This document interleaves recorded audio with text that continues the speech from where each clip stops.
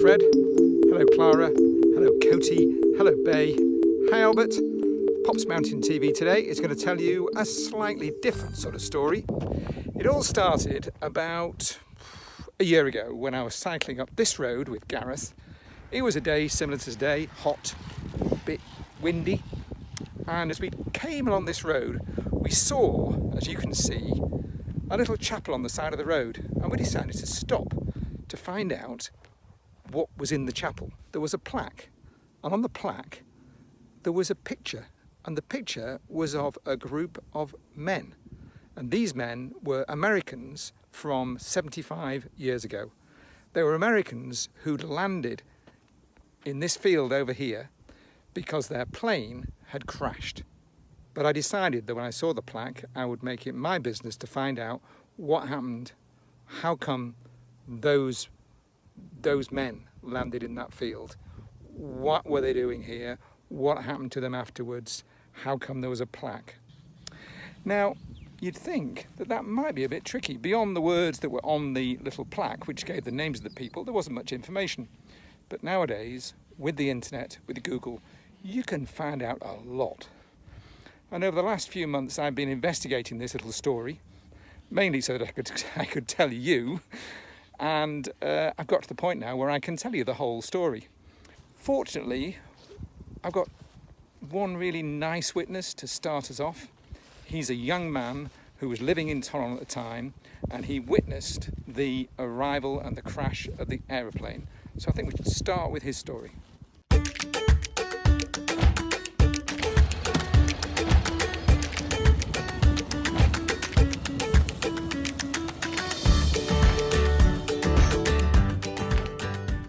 So our friend Bertrand was 14 at the time we're speaking of, and it was a lovely July day, just as this one is today.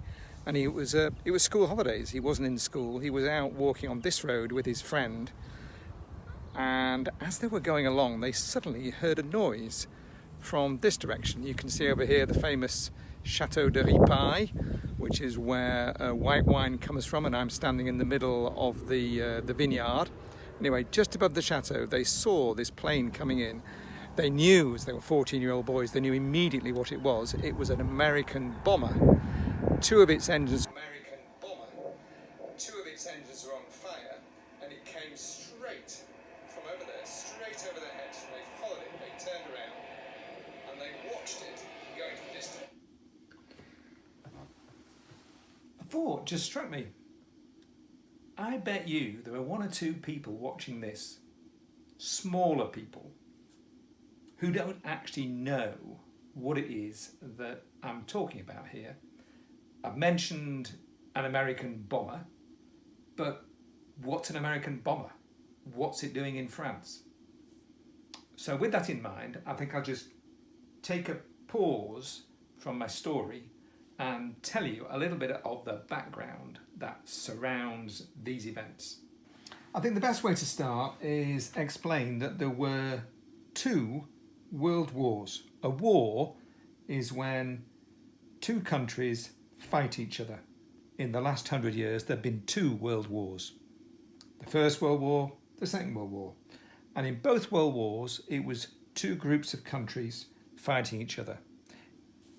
On one side there was Britain, France, the States, and on the other side there was Germany and Italy. So the Second World War, Germans and Italians against Britain, France and America. Now, if you just draw a map of Europe and explain what the situation was when this was happening in 1944.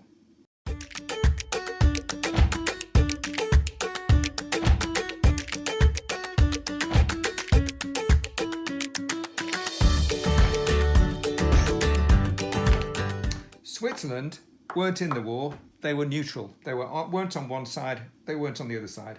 They were just in the middle, weren't fighting. Now, this up here, this is Britain. And at the point of the story we're at here, we're in the year 1944, Germany has invaded France. So this side, the country that they own, that belongs to them, is all of this, apart from Switzerland, which is not in the war and neutral. But all this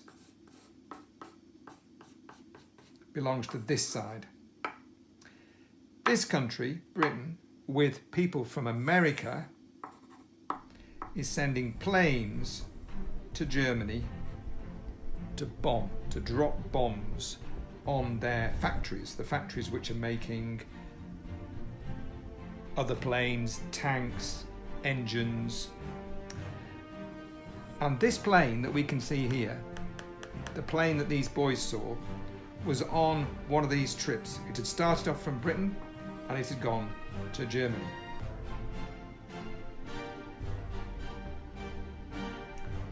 Unfortunately, over Germany, it was shot at by some of the Germans on the ground, and they shot out two of its, so it's got 4 engines, 2 of the 4 engines were shot out.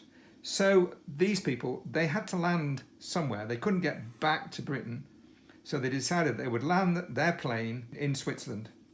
But unfortunately, they missed, and they landed in France. I think we can go back to my story now. 2 of its engines were on fire, and it came straight from over there, straight over their heads, and they followed it, they turned around, and they watched it go into the distance. And as it went into the distance, it got lower and lower until eventually it crashed. Obviously, their first thought was they're going to go and see it, they're going to go and find it, see what happened. They were 14-year-old boys with nothing to do in the summer holidays, and they noticed that it went straight towards the Dondoche. The Dondoche is that pointy mountain. It's famous because it's the mountain you see on the label of an Evian bottle. So fortunately they both had a bike, and one of them, Bertrand, had an old camera, and they set off pedalling like mad to see if they could find out what had happened.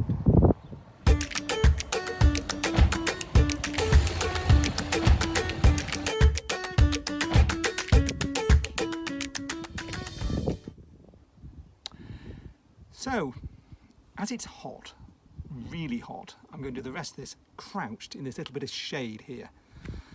The 2 boys came up the hill from Thonon, exhausted, hot, sweaty, and they arrived to see just opposite us in the field the bomber, flat on the ground, its propellers mangled, its undercarriage crushed. A broken bomber. The members of the crew had long since gone, and before the boys had arrived, some of the resistance fighters in the area had come to the bomber, and as well as helping the crew to get away, they destroyed the front half of the plane by setting it on fire. They did this to stop the Germans getting anything of any importance to them.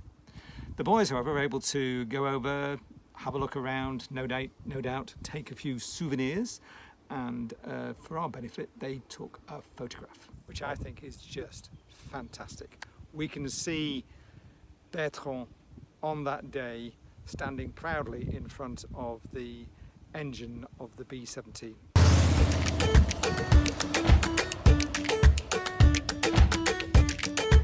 What happened next was that the crew were brought here to Abondance in the Châtel Valley.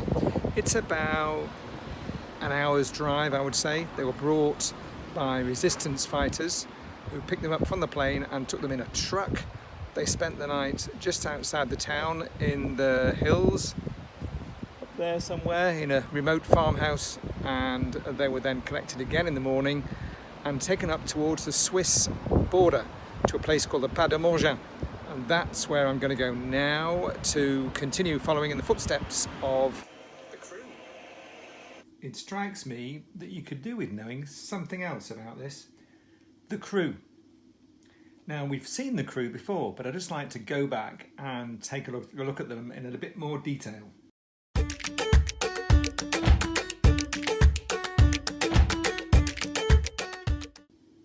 There. Now, look at that plaque, and you can see we've got the names of all the people in the plane. And I was able to look into their history. I was able to go on the internet, look in Google, and see if I could find out about the history of those people in the Air Force in the Second World War. And one of them, the radio operator, Sergeant Robert Price, I managed to find out a lot about him. This is the actual report. It's a copy. I found it in the States. There's an archive in Washington of all the secret documents that were produced in the war following interviews with pilots who'd crashed in France. And this one here you can see Sergeant Robert A. Price. And there he is there, Sergeant Robert Price, same person.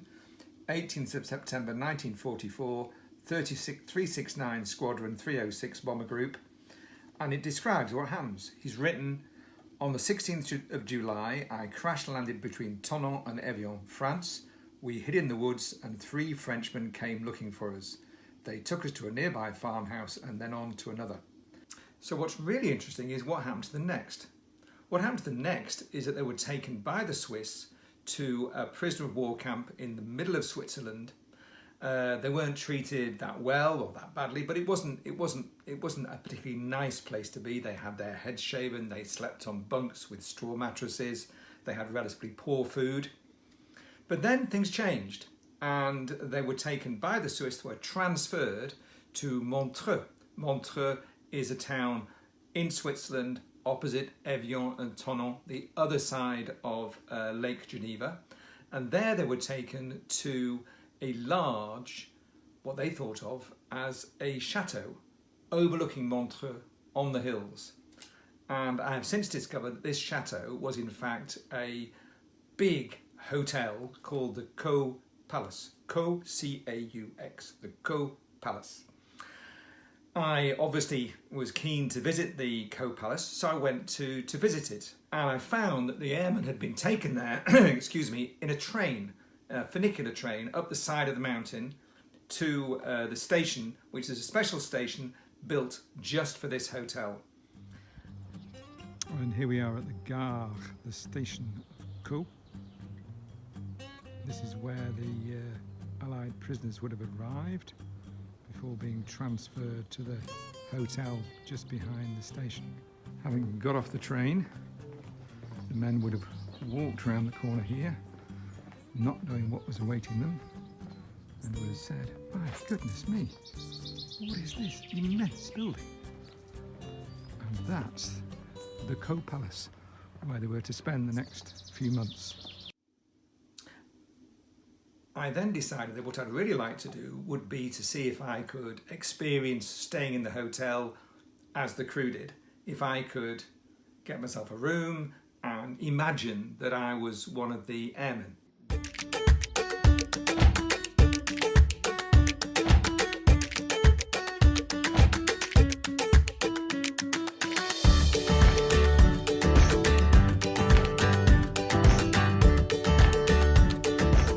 Robert, as I was saying, he would have looked across the lake and he would have seen where his plane landed and where he came from. His plane landed on, to be able to show you, but over here on this flat bit, and then he walked or was taken over the hills, over the Pas de Morgin, which I showed you, and then down here to Monte, and then from Monte he was brought here.